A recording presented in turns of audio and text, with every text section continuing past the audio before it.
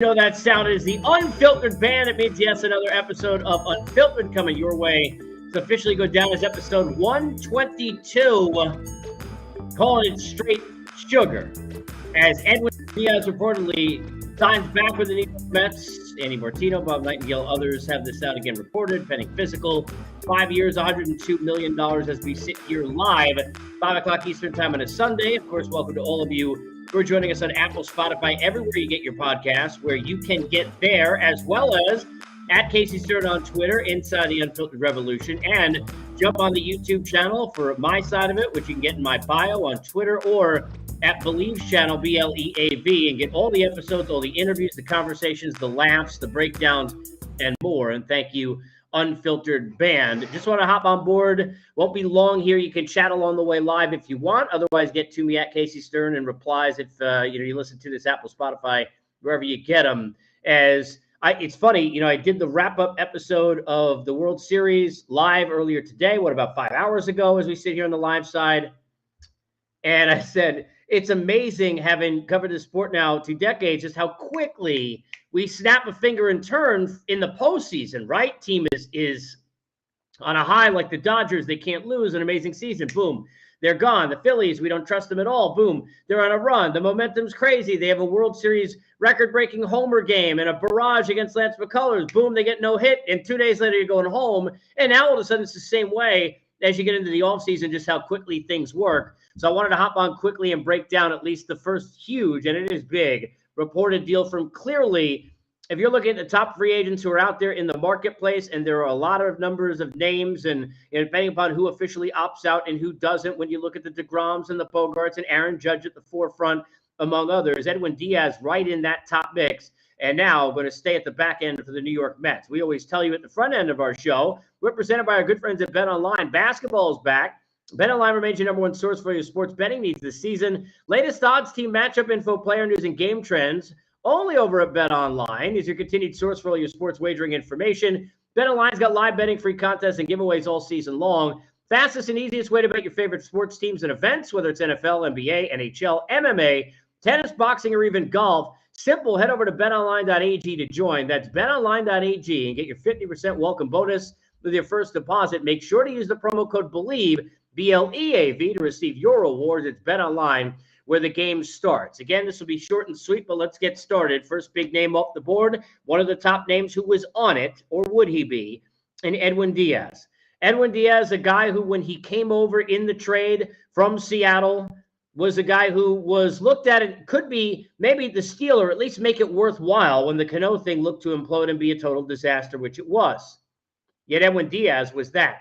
Couldn't find the fastball, then couldn't make the slider work, had no confidence, and looked like a guy who, hey, great to see what you did in Seattle, but you're never going to cut it in New York. But then something happened, and he found the confidence.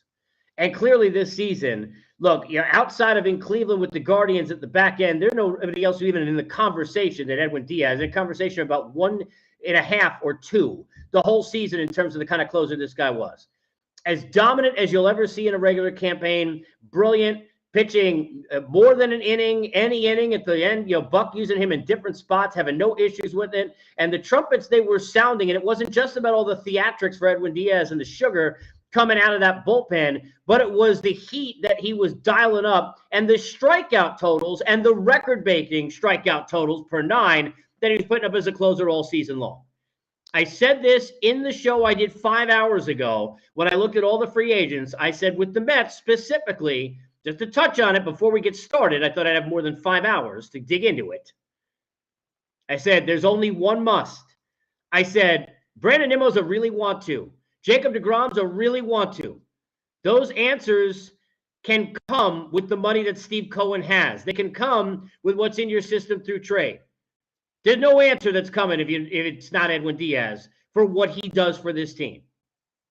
Now, I understand the amount of innings that they pitch, and I get all the things we say, and I will still tell you, as I'm sure anybody who watched the Mets all year would tell you, that Edwin Diaz was as important as any player on that team the entire year.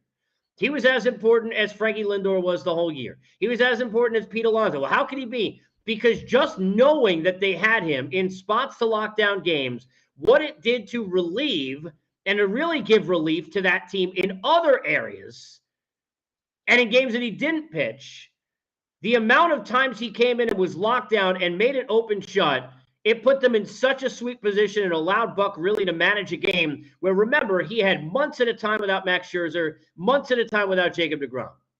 An offense that went in and out. But the one constant the whole year, because look, Pete had some ups and downs, Frankie had some ups and downs, even Marte, certainly with injuries, right? Although he was very consistent.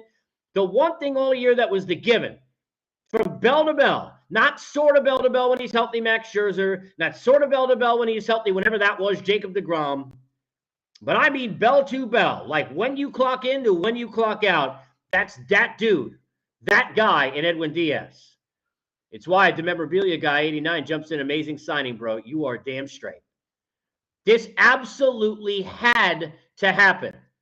Now, let's talk about the money the Mets have. They got tons, and they're lucky that they have tons. Look, anybody who's a Met fan is rooting for this team at, I don't even know ad nauseum how many times where it was instead of the Wilpons, to quote the great Steve Summers, the schmooze, it was the coupons. All right? I used to joke, and nothing against Milwaukee, but I used to say we're not playing in Milwaukee, but it's the Milwaukee Mets, because they never acted like the New York Mets. They didn't do these things. They didn't do these things. The old Yankees with George, and he'd do some crazy stuff too, but he would do these things. You're a New York team, you act like you're a New York team. What does that mean? If you got the money, spend the damn money. I've always said this, look, my whole family, Yankee fans except me, I never asked anybody to apologize if you're a Yankee fan for your team spending money. I hate that. When people are like, you bought a championship, good. Who gives a shit? Really? Do you care? I want to root for a team where the owner goes out and spends money. I want to root for a team where the owner's got cash. I don't want to root. You don't feel any better if you're a Pirate fan. It doesn't feel better if you're a Guardian fan. You're like, look at everything we did with what little we have. You know what you're thinking? Geez, can you imagine if we actually had a little what we could have done?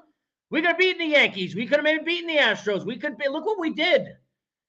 But we didn't do enough because you couldn't spend. We didn't have the cash. When you got the cash, you got to spend that cash. And Matt in Florida, much love. Of course I remember. Matt in Florida, I didn't realize, the memorabilia guy, 89, was a caller of mine. I want to go back to, we're talking about, geez, I did Under the Lights and I did The Bottom Line, 2 shows for MLB.com. We're talking about 2005. 2006 area, going back 16, 17 years ago. So much love. Appreciate that. Thank you. Robert says, I think Cohen is going to take the Mets to the series. Probably the best thing to happen to the Mets in a long time. Though he definitely the best thing, Robert, to happen to the Mets in a long time.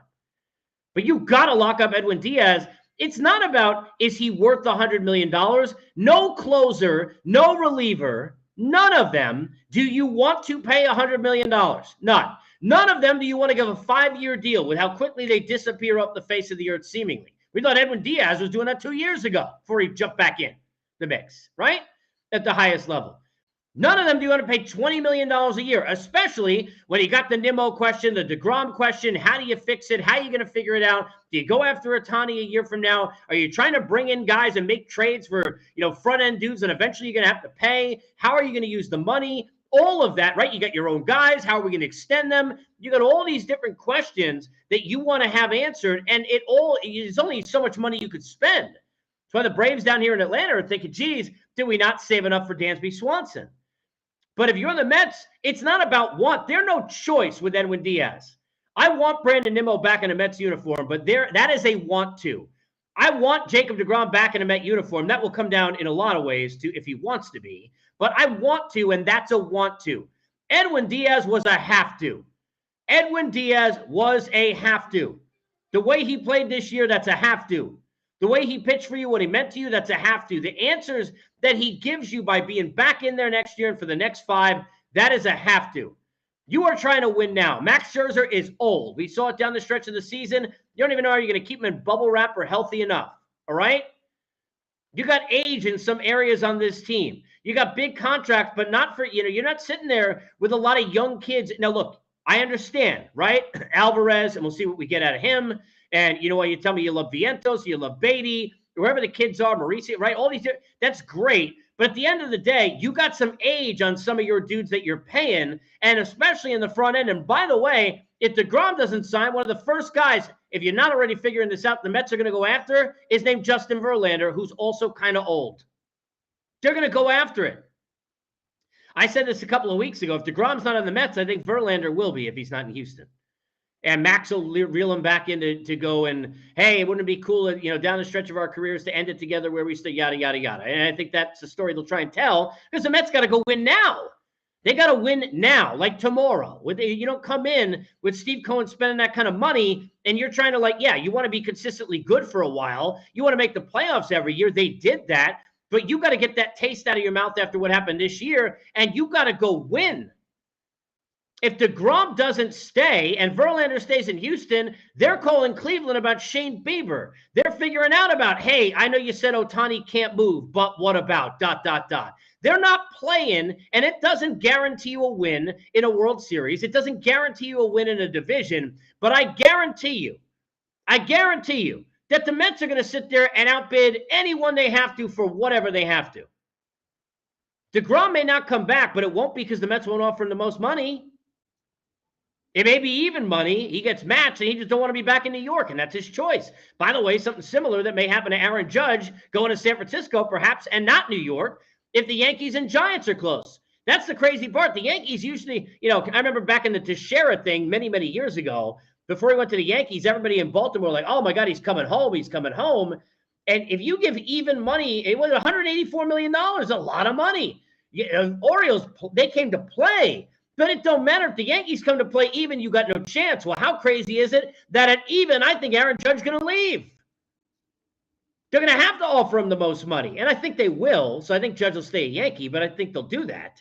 But I think at even money, he'd go. At even money, DeGrom may go. Not an anti-Met. He just doesn't, he's not about that New York thing where he's eating that up. Starling Marte, I don't think he can get back out to the field in Queens fast enough. You know that. And all the best to him as he's recovering. Yeah, look, that's just the way it is. But Edwin Diaz, when you got a dude who's eating up that spotlight, who's giving you what you want, who's giving you those moments, and who is locking down games for you, there is no price for that. You need that. And the way Buck manages, you need that.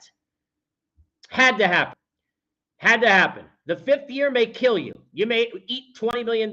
Guess what? If you win a World Series in the first four, nobody gives a crap. It's the way it is. Nobody cares.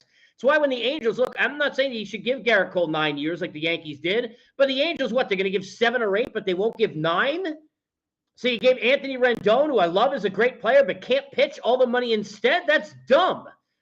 You know you're not getting it in years 7 and 8. As a closer for Diaz, the way he throws, you're not getting it year 5. He may not even pitch for you year 5. You may be eating the money year 5, and you don't care as long as you're eating the caviar and having the champagne dreams and all that nonsense after winning a World Series, one of the first 4. Had to happen, had to get done. Steve Cohen is not playing around. Again, this does not guarantee a division win, doesn't guarantee a World Series. But I'll tell you what I can guarantee you. Don't be surprised if they goes after Dansby Swanson. Don't be surprised if they goes after Carlos Correa. If Bogarts is available, if they go after, there shouldn't be anyone that surprises you. And they may have to get creative and then overload in positions they're already strong and then trade guys out. Now, they were not willing to go do that, to go in and get, Wilson Contreras and David Robertson. But they may be willing to do that to go get Ohtani. They may be willing to do anything to go get Ohtani. They may be willing to do it to get Shane Bieber. They're not going to play. Not going to play. Not playing around, I'm telling you. Does not mean any guarantee of anything. And people are going to hate the Mets. As much as they were a nice story this year, because look, the same reason why I grew up with, and anytime I would tell somebody, hey, I'm a Met fan, all my family are Yankee fans, they love me. Because nobody, the Yankees, unless you're a Yankee fan, it's the Yankees are sickening. All they do is spend money. The Mets are about to be that team. The Mets are going to make the Yankees look slow in terms of the amount of money they're going to spend. They're not playing. And I think they will take a hard attempt at Nimmo. I don't know with Scott. And look, I understand how some people, I happen to like Scott. I have a great relationship with him over the years. He's not going to force Brandon to do what he doesn't want to do. He could have gotten Bryce. He knows this, 40, 50 million a year. And Bryce wanted 13 years in the same spot. That's not something the agent's telling him to do. The agent's saying, go take the 150 for 3 years from San Francisco or LA and go back out to market, dude. Imagine right now he's back out there. How much money are you going to make? Right? So I don't know what that's going to be. Nimmo does seem like more so than DeGrom, a guy who so loves being in New York and being part of this team, that maybe he would take a little less if somebody outbid him in some team he doesn't want to go to. Maybe. But what if Seattle comes calling, right? And he ends up a chance to go for a team that's growing that way. It's got the All-Star game that's closer to home, gets to play in an outfield next to Julio Rodriguez and go play left field or something. I don't know. What if St. Louis comes calling? Who certainly could use them, and there are a bunch of them. For Nimmo, it's a big time want to, but you got the have to out of the way. The Mets can figure out whether it's Marte in center and go get a big bat in the outfield, or they go make a trade for an ace if DeGrom leaves, or a 2-guy to go get him if Verlander or somebody else can't go. They go after some of the other guys. And look, these aren't guarantees, but they got what they need. They got money and they got prospects to do it. They got both in flux. The one thing you weren't finding in a trade, the one thing you weren't finding in the market was Diaz, and the Mets got him. First big one's out of the way. Again, reported 5 years, $102 million.